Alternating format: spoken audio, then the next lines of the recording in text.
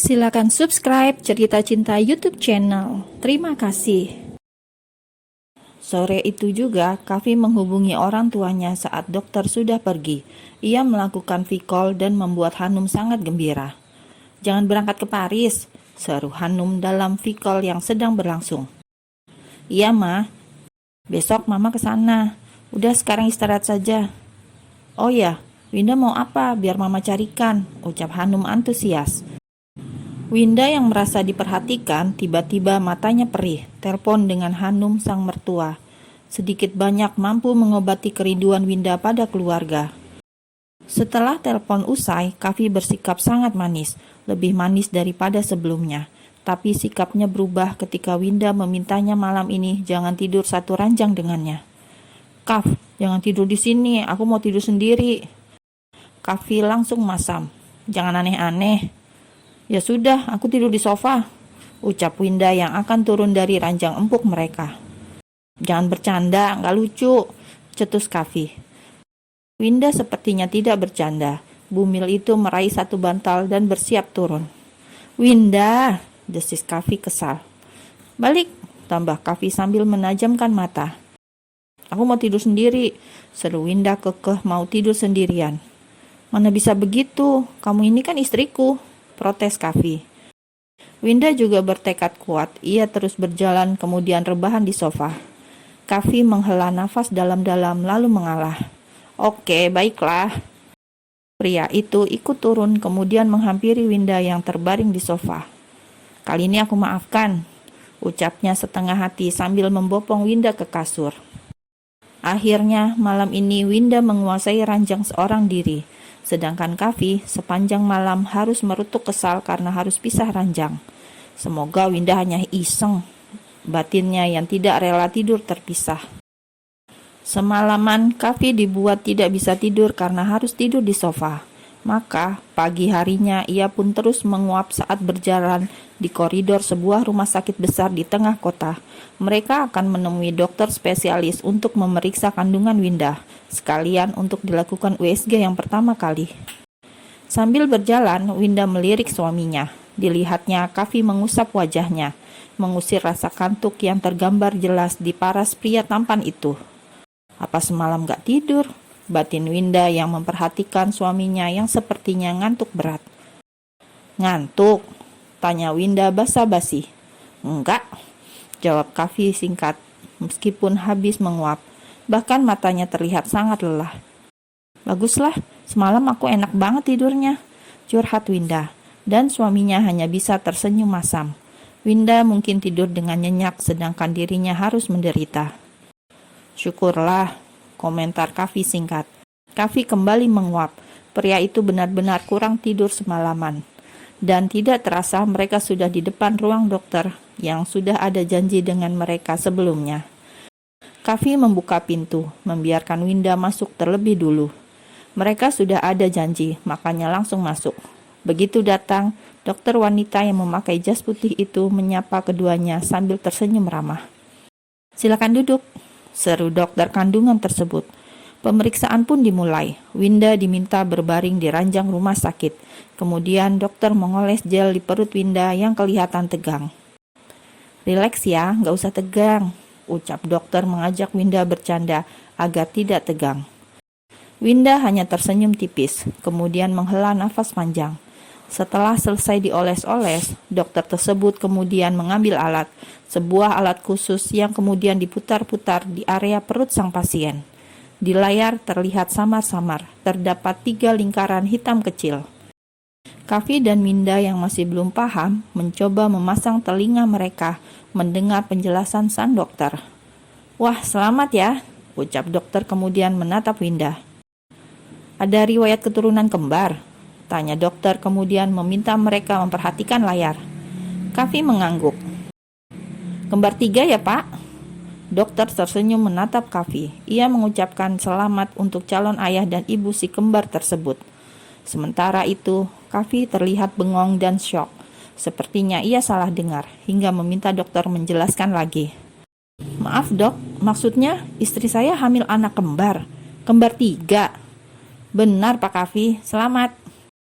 Kavi langsung menatap istrinya. Ia yang semula duduk pun langsung beranjak. Kavi mendekati Winda kemudian berbicara dengan istrinya. "Kamu yakin hamil 3, sayang?" tanya Kavi yang masih tertegun, masih tidak percaya. Winda mengernyit, dahinya mengkerut. "Kata dokter kan begitu." Winda mana tahu. Dokter ikut tersenyum, kemudian meminta mereka datang lagi bulan depan.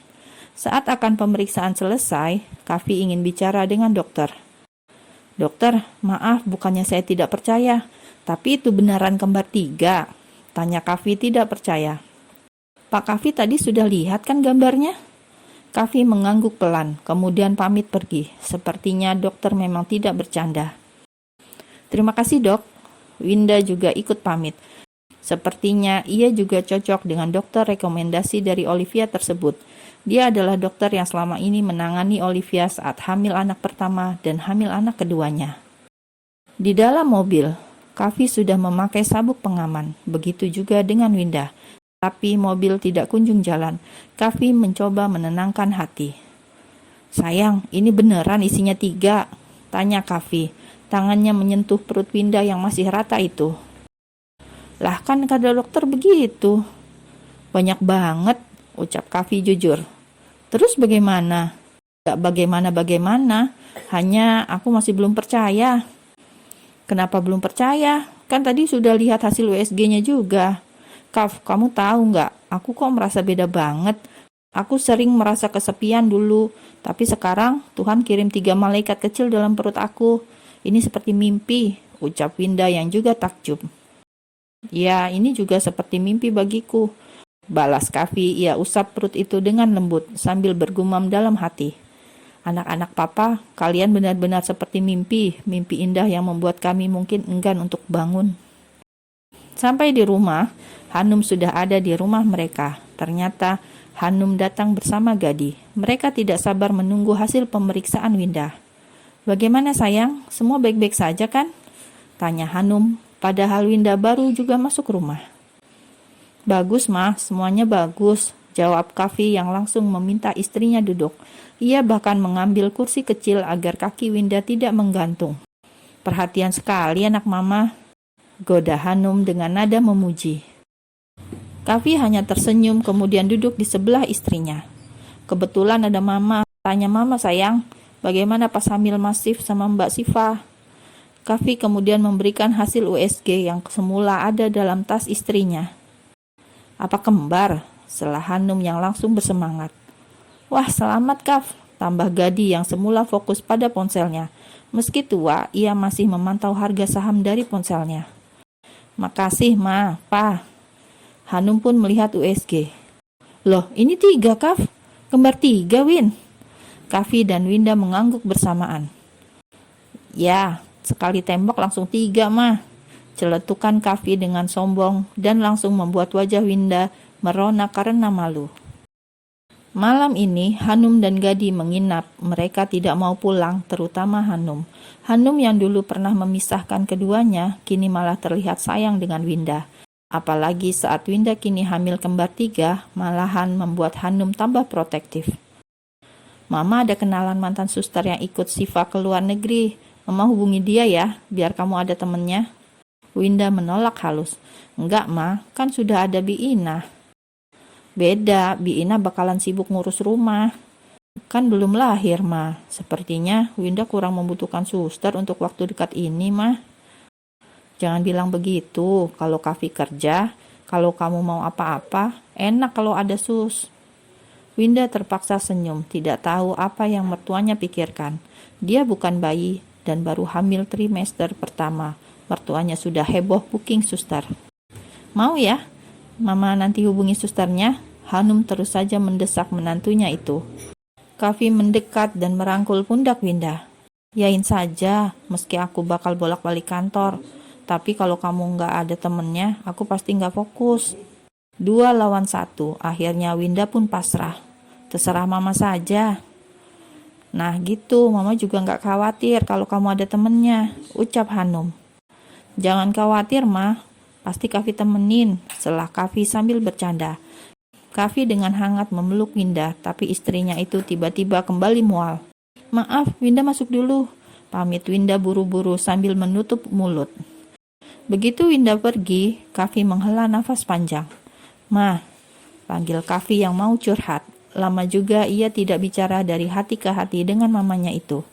Kebetulan Winda sudah masuk, mereka bebas bicara. "Ada apa?" Hanum menatap curiga. "Dulu pas mama hamil aneh-aneh tidak?" Hanum mengernyitkan dahi. "Aneh bagaimana?" Kavi menoleh, memeriksa ke belakang, takut ada Winda. "Mama walau hamil masih satu kamar sama papa." "Loh, ya iyalah. Satu ranjang. Terus papamu mau tidur di mana kalau nggak di ranjang, Kav? Bisa encok sakit otot kalau papamu suruh tidur di sofa. Aneh-aneh kamu ini." Kavi diam sejenak, kemudian menatap wajah mamanya. "Winda, mah." "Kenapa? Jangan nakutin mama kamu ya." Hanum mulai khawatir. Ada apa kok Kavi terlihat serius? "Winda nggak suka tidur dekat-dekat Kavi." Hanum langsung melotot, kemudian bibirnya mengembang mengulas senyum. "Oh, kirain Winda kenapa? Itu bawaan bayi." Hanum pun menghela nafas lega. "Bukan karena Winda ngada-ngada." "Bukan, memang ada yang seperti itu, tapi mama dulu sih enggak. Malah suka deket-deket sama papamu," ucap Hanum mengenang masa lalu. "Kira-kira sampai kapan, Mah?" tanya Kavi yang membuat lamunan sang mama buyar. "Tergantung, bisa sesaat, bisa juga beberapa minggu." Kavi langsung garuk-garuk kepalanya yang tidak gatal. "Ya sudah, Mah, Kavi lihat Winda dulu." Kavi pun meninggalkan mamanya dengan berjalan lesu.